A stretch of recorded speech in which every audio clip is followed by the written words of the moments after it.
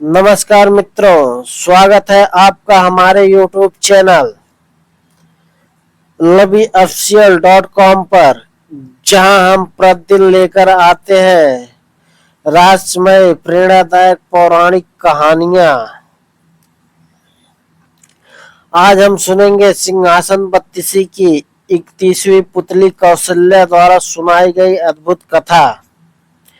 यह कहानी है राजा विक्रमादित्य की अंतिम दिनों की गाथा, जिसमें है रहस्य, तपस्या, परीक्षा और यश। राजा विक्रमादित्य, जिन्हें संसार भर में न्यायप्रियता और पराक्रम के लिए जाना जाता था, अब वो वृद्ध हो चुके थे। एक दिन उन्होंने अपने योग बल से जाना कि उनका अंत नजदीक है, परंतु वे चिंतित नहीं थे। उन्होंने निर्णय लिया कि अपने अंतिम दिन वे धर्म और साधना में बिताएंगे। राजमहल की हलचल से दूर वन में एक छोटा सा आश्रम बनवाया। यहाँ वे दिन रात ध्यान और साधना में लगे रहते थे। एक रात अचानक दूर से अति तेज अलौकिक प्रकाश का अनुभव हुआ। उन्होंने ध्यान से देखा, सारा प्रकाश सामने पहाड़ियों से आ रहा था। वहां एक चमकता हुआ सुंदर भवन बना था, जो किसी देवलोक का प्रतीक लग रहा था। विक्रमादित्य ने मां काली द्वारा प्रदान किए गए 2 बेतालों का स्मरण किए और बोले, हे बेतालो, इस रहस्यमय भवन की ओर चलो। उन्होंने आदेश दिया। बेताल मुरझाकर बोले, महाराज, हम इसके आगे नहीं जा सकते। एक महान योगी ने तंत्र मंत्र का घेरा बनाया है, जिसे सिर्फ पुण्यशाली व्यक्ति ही उसके भीतर प्रवेश कर सकता है। राजा विक्रम ने अपने पुण्य की परीक्षा लेने के लिए कदम बढ़ाया। वह अडिग मन से भवन की ओर बढ़ते गए। जैसे ही वे भवन के पास पहुंचे, एक अग्निपिंड स्वतः प्रकट हुआ। धीरे धीरे वह पिंड उनके पास आकर स्थिर हो गया। भीतर से एक आज्ञा भरा स्वर आया, आने वाले बिना साफ साफ परिचय बताए आगे ना बढ़ो, नहीं तो मैं तुझे भस्म कर दूंगा। विक्रमादित्य ने आत्मविश्वास से उत्तर दिया, मैं विक्रमादित्य उज्जैन का सम्राट हूँ, धर्म और न्याय के लिए प्रसिद्ध।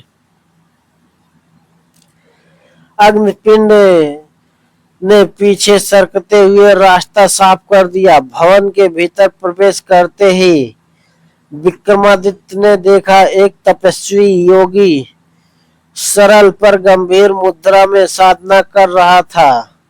योगी ने विक्रम का आदर पूर्वक स्वागत किया और बोला, महाराज विक्रमादित्य का दर्शन मेरे लिए परम सौभाग्य है। योगी ने विनम्रता से अनुरोध किया, महाराज, मैं आपसे एक वस्तु चाहता हूँ। विक्रम ने कहा, आप जो भी मांगे आपके चरणों में। योगी ने निवेदन किया, यह भवन मुझको दीजिए।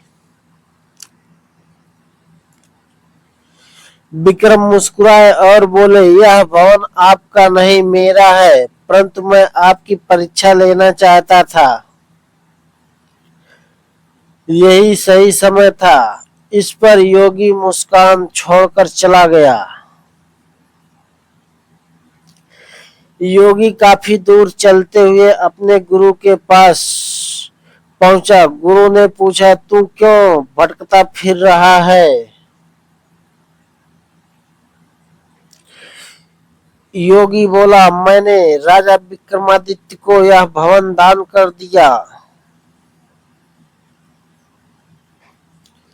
गुरु मुस्कुराए और बोले, हे मूर्ख, पृथ्वी का सर्वश्रेष्ठ दानवीर कौन है?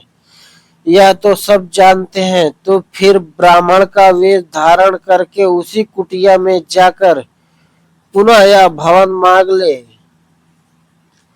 योगी ने ऐसा ही किया। राजा विक्रमादित्य अपने पुण्य पराक्रम और धर्म के चलते इंद्रासन के अधिकारी माने जाते थे, परंतु मृत्यु से बचना उनके बस की बात नहीं थी।